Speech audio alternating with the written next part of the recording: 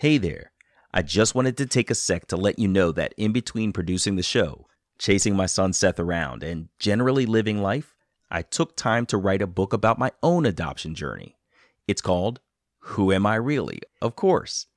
If you'd like to pre-order a copy, go to whoamireallypodcast.com and click Shop, where you'll be redirected to the publisher's bookstore. I hope to make it to your reading list. Okay, here's this week's show. I just realized that what was so upsetting was all the stuff I'd missed. I missed 54 years with these people. I missed 54 years with my parents. I missed 54 years with my aunts and uncles and my sisters that I'll never get back. And that was really, really weighing on me. And I got to a point where I learned that I have to just accept that, and I got to try to get past it.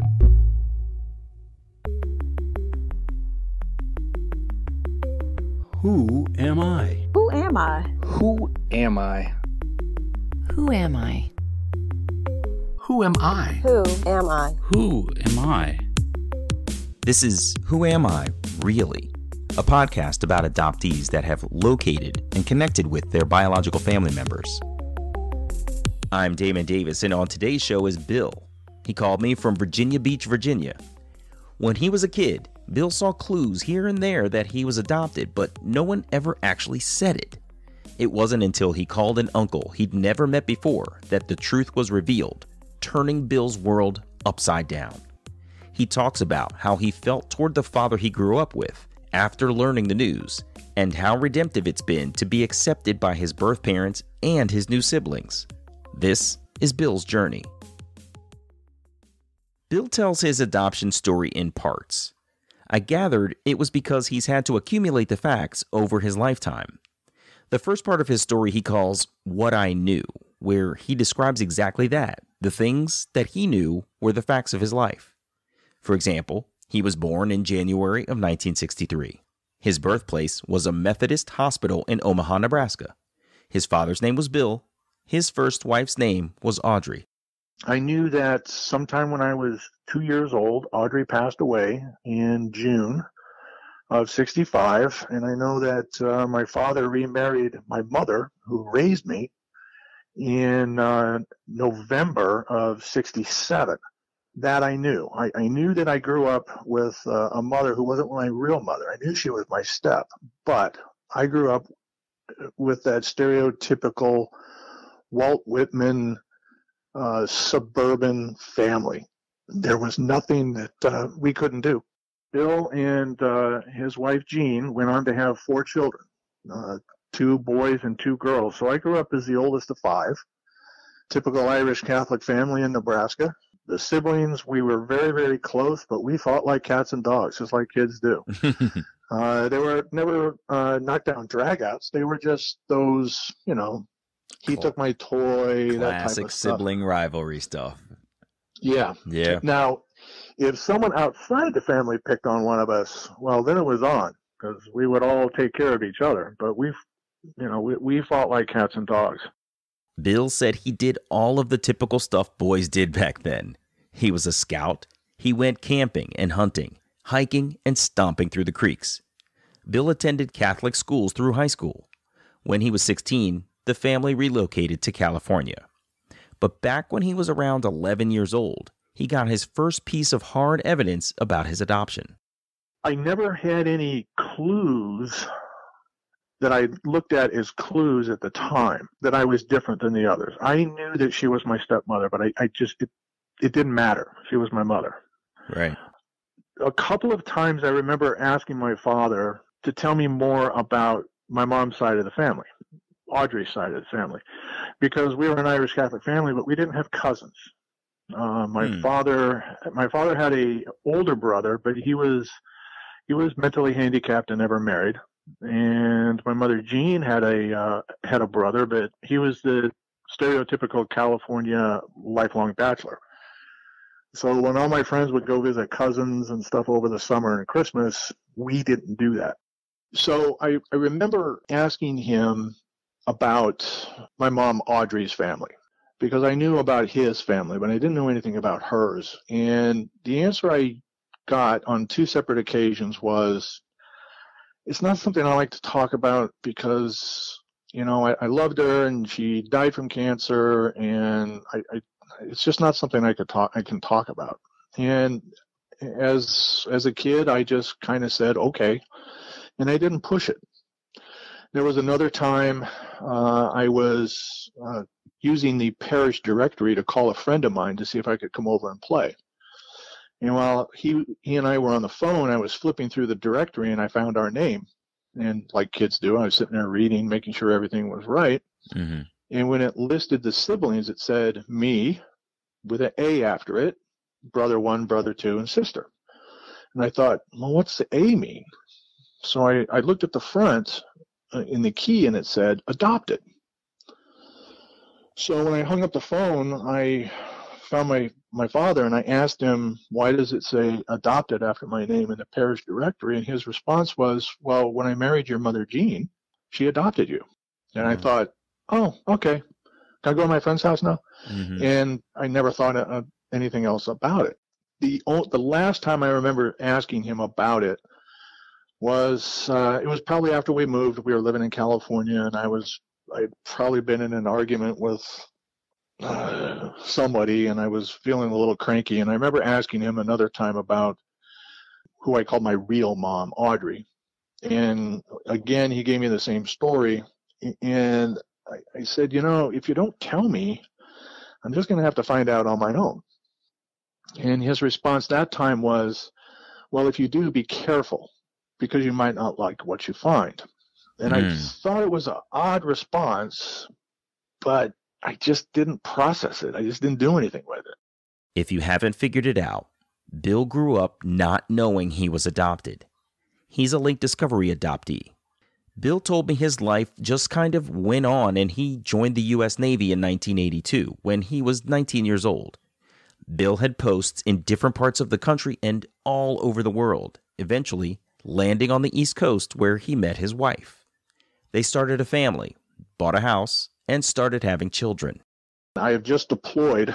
We were going across the Atlantic into the Mediterranean, and I get a message that I need to call home immediately because there's a medical problem. So I was able to get a hold of a phone. This was before the internet, before email, so we just had to do things the hard way.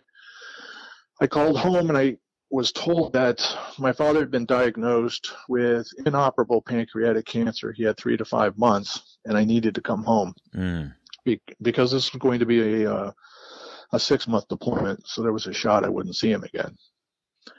So we went, I flew back to the States, spent some time with my father, the family, and then eventually get back to the ship, finished the deployment, and I get home 20 years ago this month, in January of 99.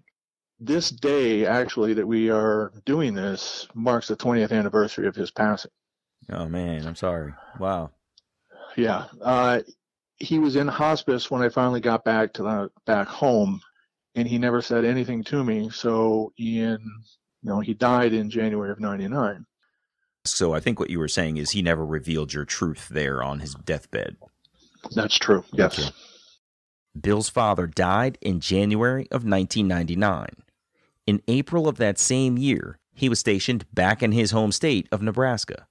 He traveled to Nebraska to search for a place to live, and since he was home, he visited the cemetery where his mother Audrey is buried, along with his grandparents. Visiting the graves, Bill started writing down birth and death dates for his relatives. He hadn't had that information before. He realized he would like to see his birth announcement, something the Omaha newspaper used to print, so he went to the Central Library to do some research. Unfortunately, the newspaper wasn't posting the birth announcements in the year Bill was born, so his announcement wasn't in the library's archives. So he decided to look up Audrey's obituary, where he learned she had 6 siblings, aunts and uncles on her side of the family that he didn't know. He printed the document and took it home to jump on the internet, which was brand new at the time. Bill found what amounted to a gigantic phone book listed online. Audrey's brother had a very unique name and lived in a small town, so he seemed like the easiest person to locate. So I thought, what the heck? I typed in his name, and I get one return. And I write the phone number down, and I do it for all of her siblings, and I find, I don't know, 3 or 4 of them. So I remember sitting on that for a little bit, a couple days, and then I thought, you know what?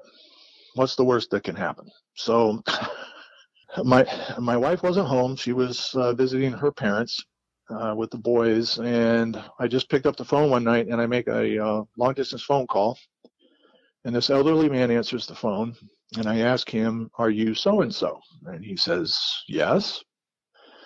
And then I asked him, "Did you have a sister named Audrey who was married to this man, Bill? And she passed away in June of '65." And he hesitantly says, "Yes." And I just blurted it out. I said, "Well, sir, I guess that makes you my uncle." Right. And the first words out of his mouth were, "Billy?" Wow. So he knew about me, but I didn't know anything about him. That's crazy. So I can't tell you what we talked about, but it was just random small talk for about 15, 20 minutes. And then he said, well, getting back to that first question you asked me, yes, I guess I could be your uncle, but since you were adopted, not really. Whoa. And that was the first time I heard the words. I said, "Excuse me." And he repeated it. He said, "You were adopted." And I just kind of remember stammering and asked him to repeat himself. He said, "You didn't know? You were adopted." And I could tell he immediately wanted off the phone. He felt uncomfortable with it. And I said, "I have no idea what you're talking about." Wow. And he said, "Oh my goodness, I know. All right, let me call my sister. She's going to know more than me. Give me your number and I'll have her call you back." And I never spoke to him again. So we hang up the phone, and I'm blinded. I have no idea what to think. I'm now, 36 years old, and for the first time, someone's said those words to me. So this woman calls me. His sister calls me, and she confirms that, yes, you were adopted, and here's where you need the program. Because she says, yeah, you were adopted, but I was also married to your father for a very brief period of time, and you have another brother. And I said, "What?" Whoa. So and this is your mother's sister. Sister, yes. Was also at one point married to your father, Bill. Yes. Wow. Okay. Yes. And this newfound brother didn't live that far from where we are right now. So we have this conversation, and I am just beside myself. I have no idea what to even think. I've tried to think of what I was thinking at the time or what I was feeling, and I'm not sure I was feeling anything. I just kind of remember wondering what just happened. Yeah, just numbness, right? Yes, because everything I had been told was completely wrong. It had been flipped upside down. It had been torn apart, and I was stunned. And when my wife came home, I told her this, and she looked at me and she says, "You have to call your mother, Jean." I called her, and I started to explain this to her, and she says, "Well, yeah, you were adopted. You didn't know that?" And I said, unreal. When did this ever come up as a topic of conversation? Right. What made you think I did know? Yeah. And I then proceeded to call all my siblings, and they said, "Yeah, you didn't know that? We knew." So I don't know what to think. Bill ends up meeting his surprise half-brother on his father's side, and he looks just like their father. The brothers get pretty close over the years, and this long-lost brother is welcomed into the family. I go visit his mother, Audrey's sister. I go visit, her. And while I'm there, they drop these things like, "Oh, he looks just like us," this, that, or the other thing. So I'm thinking I am blood with this long-lost brother because of these things that they keep saying. Mm-hmm. Meanwhile, I'm trying to go through the state of Nebraska to get my original birth certificate, and they won't give it to me because it's closed state. They can only give it to me if I can prove both my biological parents are deceased, which I can't prove because I don't know who they are. They will check states for death certificates if I'm willing to pay for each state for both parents. Mm-hmm. And then even then, there could be rules that would say, okay, yeah, you've done all that, but we still can't give it to you. But what the researcher would tell me was that my birth mother was 28 years old when I was born, and she was from the state of Pennsylvania. That's all I knew.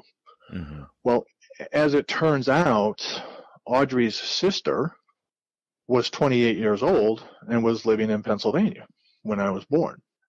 Really? So for a long time, for years and years and years, I was holding out hope that I was actually blood to all my siblings. Wow. Because Bill wanted to give his wife a child more than anything before she died. So maybe somehow something happened and a child shows up. And so there was a hope there that there was some blood. For many years, the family ran with the idea of their biological relation. Then, in 2016, Bill's wife bought him a sibling paternity test so that everyone could solve the mystery of their relation. In January 2017, the results came back. Basically, the results said, yeah, not even close. No trace whatsoever. So that just solidified the fact that I was truly adopted. I had no blood to any of my siblings, no blood to my parents at all, who I thought was my parents. And it was a kind of a low point. It was a low point for me, and it was a bit of a low point for my siblings as well. Mm-hmm. So we... How do you mean that? What were you guys like with each other? What did you feel between each other at this moment of confirmation? It was just quiet, and it was just a bit on the depressing side. You guys didn't communicate much during that time, or? No, we did. I mean, we all agreed that we're still siblings. Mm-hmm. You know, we grew up together. We are siblings. They are my brothers and sisters. I am their brother and sister, and nothing will change that. It was just the biological part that just kind of put a damper on things. We stayed tight. We stayed talking with each other. Mm-hmm, that's cool. I mean, the one thing I can say is I've been an extremely lucky adoptee. I've heard the stories. Everything has been very, very good for me. I got very, very lucky. And I have great siblings. All over the place I have great siblings. So this never was a journey to find a new family. It was just a journey to find out where I came from. That's really all it was. In June 2017, Bill's wife bought him an Ancestry DNA kit for Father's Day. He submitted his sample, and by July, his results were in. I sat there for a day, literally a day, just looking at my DNA story, looking at what I was. And for the first time, I knew ethnically what I was. Yeah. You know, Irish, Scottish, English, Eastern European, Polish, German. It was just really cool to see that stuff. Yeah. I did not even see the little thing that said DNA matches. I didn't even see it. I was just focused on the story part. Yeah. And a part of me thought... I did the same thing. Same thing. Yeah. And a part of me thought, I can't have DNA matches because I don't know anything. Right. There was just a little voice in the back of my head that said, I won't have DNA matches. Yeah, you feel like you're alone. Like you're alone on this journey, so you must be alone in DNA, right? On the platform. Yes. But eventually I clicked that button, and right at the top is a parent-child relationship. Right at the top. And it says AB. That's all it says, AB. I don't know who AB is, but it says AB is managed by somebody else. The tree is managed by somebody else. And AB is your mother. Man. And I just stare at this, and my wife is sitting probably 10 feet away from me. And I said, honey, you need to come over here and look at this. Uh-huh. Oh, my God, you're telling my story. Yeah. And she comes over, and she looks at this, and she says, oh my goodness. And then the next one turns out to be a first cousin. And then the next one turns out to, all of a sudden I have all these first cousins, and they're all related to that top person on my tree. Yeah. And I don't know what to do. Yeah. It's such an overload, man. It's astonishing. You've gone from It is. 0 to 100% matched in an instant. Yes. Yeah. Yeah. And the numbers are no doubt. Yeah. It's I mean, it's like 99.6%. right. The next day, Bill sent a message to the administrator of his birth mother's account and laid it all out there about being an adoptee, having just gotten his DNA results, the fact that he didn't know any facts at all, and he asked if the person would be willing to talk. No reply. For 8 days. I was looking, like every hour I was looking, waiting for this response to come in. Bill consulted his wife, who immediately agreed he should contact the next closest match in his list. He sent the exact same message to the next relative in line. 15 minutes later, my cell phone rang. And it was my cousin. Mm-hmm. And we start talking, and she starts to tell me who these people are because she's looking at her account. And she says, none of us know anything about this. We're gonna have to do something here. So she says, let me make some phone calls. She makes her phone calls. She calls me back and she says, well, I just spoke to AB on the phone, and she's not denying that she had a child, but she's not saying yes just yet. So she and I talk frequently. We exchange photos, and I start to see myself in the family. There's no denying it. Really? Wow. So she eventually says, the problem I had is this woman is now in her mid-80s, and she's starting to suffer from dementia, and I was losing time. Time was not on my side. Yeah. So I decided one day to make a phone call that was going to be very, very difficult. And I called her directly. She answered the phone. There were some tears. There was some anguish. And she said yes, she was my mother. And then I couldn't get a hold of her anymore. Oh, no.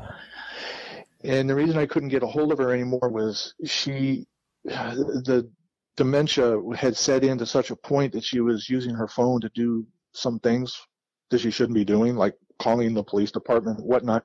Mm-hmm. So what turns out is my biological half-sister, took the phone away from her. So I'm trying to call her and I can't get a hold of her. So eventually my cousin and I were talking, and we just decided, you know what? Let's just go see her. Oh boy, wow. What's the worst can happen? So when people say, how should I do this? I've been the one that's just done the cold calls and just gone directly to. It doesn't work for every adoptee. I know that. I know a lot of people do the letters, and they take time to do their reunions. Yeah. But every situation is different. Yeah, and I felt I was really up against the clock, so I had to do what I had to do. Bill and his cousin flew from opposite sides of the country to meet. The first time they ever met was in Nashville Airport.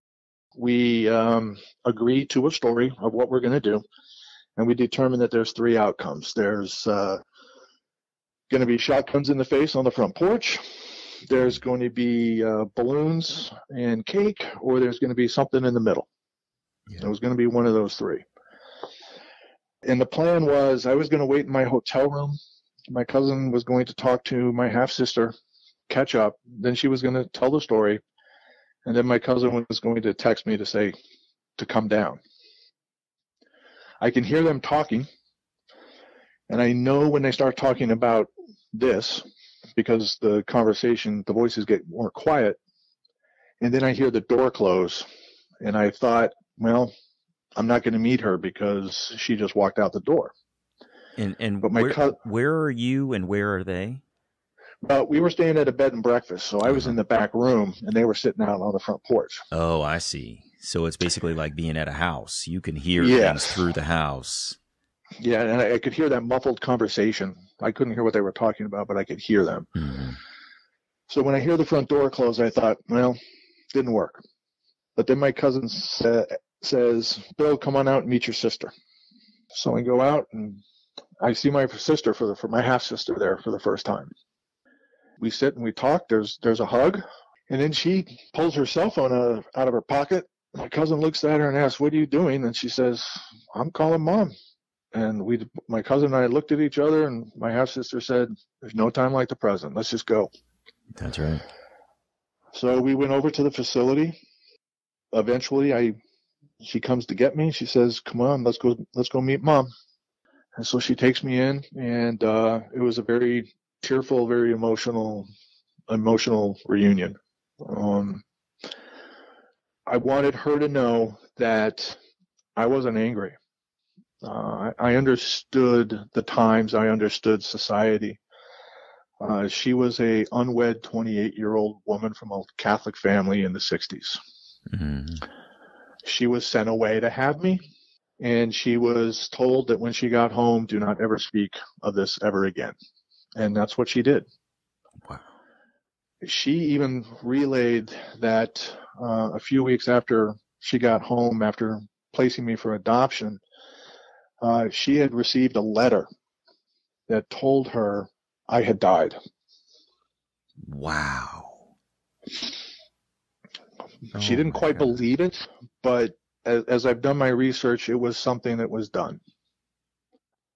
That's an unimaginable cruelty to inflict upon someone. That's just unreal. It was done to prevent birth mothers or parents from ever looking for their children. It was a common practice in the 60s. Yeah, but it feels like almost a piece of psychological warfare. Just horrible. Oh my gosh. She says she never really believed it, but she had to go on with her life. Mm-hmm. But there was such relief when I walked in the door. But I wanted to tell her I wasn't angry. I wanted to tell her I had a very good life. I wanted to thank her for allowing me to have a life. She had other alternatives. She gave me a chance to have a life. She gave me, I got extremely lucky with my placement, and I had a very good life. And I was just very, very happy to see her and meet her. And that was 17 months ago. And I call her 5-6 times a week. We talk almost every day. That's amazing. How are those conversations? Because I have experience with my adopted mother.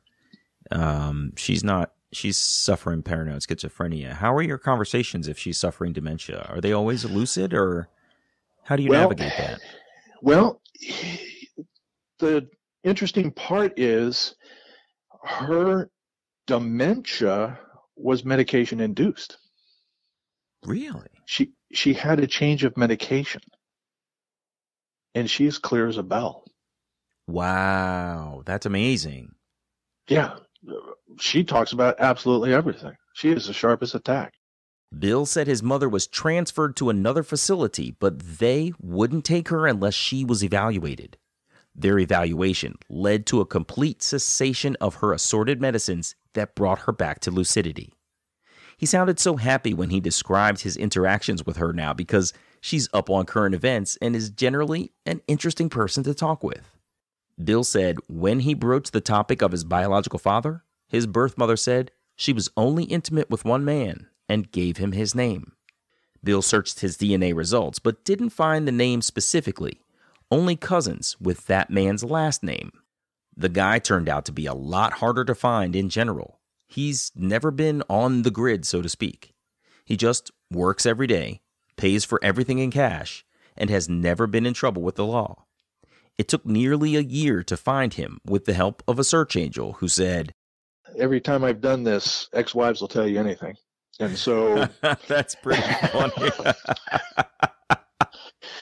So when I called the ex-wife, she answered the phone after several rings, and she said, something told me to answer the phone. I never answer the phone when it rings, but something just told me to answer the phone. And so when I told her the story, she said, "I don't know anything about this. The only person that might know is my daughter. I'm going to turn this over to her. I don't want to be in the middle. If she doesn't call you, I can't help you. So I said, okay. So her daughter calls me back, and she is my biological father's only child that he remembers. Wow. He does not remember me. Really? He does not remember hearing anything about me. He remembers being with her, but he doesn't remember her being pregnant or being sent away or my having been born. Right. And this is another little twist. She tells me she sent him letters all the time. He says, I never got any letters. I think the truth is right in the middle. I think they're both right. You think maybe the parents intercepted them? Yes. Bill's biological mother went on to get married, and she had 2 daughters. His biological father had 1 daughter, and Bill just thinks the world of his adopted and biological siblings. They are all the most amazing people, all of my siblings. The ones I grew up with, and these siblings are the greatest people ever. And you're their older brother. And I'm still the oldest. Wow. Bill told me his birth father was tough to break down and engage. He started then with his sister on that side. In August of 2018, they agreed on a small town off the Pennsylvania Turnpike where they could meet. They got hotel rooms and spent 18 hours together just talking. It was Bill's sister and her husband and son, and Bill's wife. His sister left that meeting and went home and chatted with their father to work things out. Bill and his biological father had a few phone conversations, then they agreed to meet in that same town. My father is he's a listener. He likes to listen and allow other people to ask questions and tell stories. He asks a few questions, but he listens. And he says, I listen to what people don't say as much as to what people do say. Oh, that's fascinating. And it turns out that while we got done with breakfast and we start walking around this small town, he and I start to linger behind. And he says, look, you can call me whatever you want. You can call me by my first name. You can call me sir. You can call me dad if you want. He says, I just want you to know I'm very proud of the man you become. And we talk twice a week. Wow. Yep. Man, so how does this all, when you look back on it, how does this make you feel? I went through a tough time about a year ago. And where were you in? You had not met him yet. I had not met him yet, but I was very upset with my father, Bill, for taking this to the grave with him. It took me a lot of years to forgive him for it. And I say I've forgiven him, but I hope I truly have. I just realized that what was so upsetting was all the stuff I'd missed. I missed 54 years with these people. I missed 54 years with my parents. I missed 54 years with my aunts and uncles and my sisters that I'll never get back. And that was really, really weighing on me. And I got to a point where I learned that I have to just accept that, and I got to try to get past it. And so had I been around, maybe I wouldn't have had the sisters. What would have been different had I been around? Yeah. That's an interesting piece of introspection when you insert yourself into a life that you didn't have. Basically, a whole gang of decisions on the part of your biological parents automatically change. Yes. Because the new calculus is that they have a son. And, some of the marriages that they had, the decisions they made to go to certain places and meet new people, none of those things might have happened. So it is kind of fascinating to think what would happen if I was reinserted back into that life, and how would things be different? Yes. And I also think that maybe I wasn't ready. Maybe this journey took me 19 years because maybe I just wasn't ready. Maybe I needed to learn that before I was allowed to meet these people. Maybe things would have been different had I known them at 18 years old. That's also true. You were a different guy, younger, one would assume less stable is not the right word, but less mature And Right. you would have probably taken all of this news far more differently, and you would have taken it back to your father, Bill, in a different way. And yeah, this is an interesting time for you to come to these conclusions now versus way back then. Yeah, and you know, I enjoy spending time with the siblings that I grew up with. I love to go visit them, and I love it when they come out here to visit us. And I love it when I spend time with my biologicals. My wife surprised me. One of my half sisters and my wife surprised me on my birthday recently when my sister flew here to spend my birthday with me for the first time ever. That's awesome. And it was hard to see her leave. Yeah. And it's just because we're still learning about each other. I miss my siblings that I grew up with. You know, I miss them too. They live on the other side of the country from us. We don't see them that often. And when we do, I miss not being with them. It's a little different with my biological siblings because I don't know them that much. Yeah. You didn't spend years with them. You didn't grow up with them. You didn't bond in sort of defending one another against the world. And right. And you know them pretty well versus not knowing these new people really at all. Right, but every minute that we're together, we're telling stories. Everything is so easy. There's no hard times. There's no pregnant pauses or any of that stuff. Uncomfortable silences. We pick on each other. I mean, the first time all my two maternal half sisters and I are together, we're doing the bunny ears things when we're taking photos. And none of them refer to me as their half brother. They call me brother. Yeah. That's amazing. Bill and his wife have two sons who are in their early 20s. I was curious to know how he shared his whole journey with his kids. The oldest one remembers his grandfather, Bill. He remembers him. The youngest doesn't because he's only 20. He's just 22 now. So he was only 2 when my father passed away. So he didn't develop the same relationship that the older one did.